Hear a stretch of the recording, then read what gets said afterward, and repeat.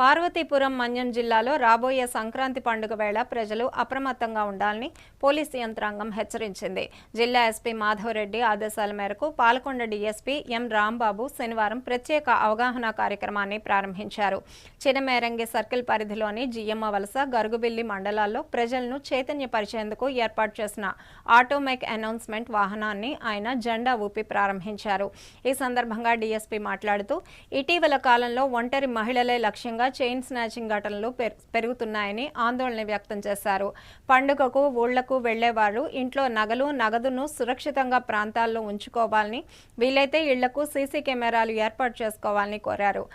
అలాగే దేవాలయాల వద్ద నగదు ఉంచరాదని, అక్కడ కూడా నిఘా కెమెరాలు ఏర్పాటు చేయాలని సూచించారు. ఈ కార్యక్రమంలో Chinamerangi circle inspector TV Tirupati Rao, SA Prashant, ఇతర పోలీస్ సిబ్బంది పాల్గొన్నారు.